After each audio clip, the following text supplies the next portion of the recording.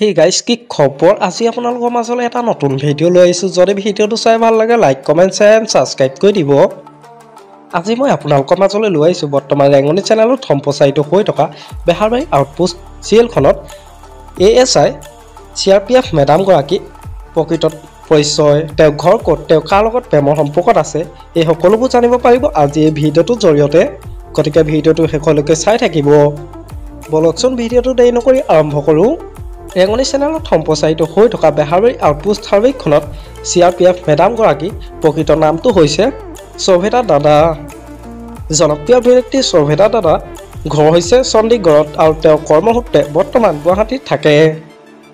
জনপ্ৰিয় অভিনেত্ৰী শোভেতা দাদা এগৰাকী মডেলিষ্ট তেওঁ মিছেছ ইণ্ডিয়া 2022-23 বৰ্ষৰ বিজয়ী আছিল জনপ্ৰিয় অভিনেত্ৰী শোভেতা দাদা এগৰাকী ফিটনেছ কোচো হয় আপোনালোকে বাৰু ৰেঙনি চেনেলত সম্প্ৰচাৰিত হৈ থকা বেহাৰবাৰী আউটপোষ্ট ধাৰাবাহিকখনত সিআৰপিএফ মেডামৰ অভিনয় চাই কেনেকুৱা পাইছে মোক এটা কমেণ্ট কৰি জনাবচোন আমাৰ আজি ভিডিঅ'টো আছিল ইমানেই যদি ভিডিঅ'টো চাই ভাল লাগিলে যিমান পাৰে শ্বেয়াৰ কৰি দিব আৰু নতুনকৈ চেনেলটো কোনোবা আহিছে যদি সাবস্ক্ৰাইব কৰি ল'ব আজিলৈ বাই বাই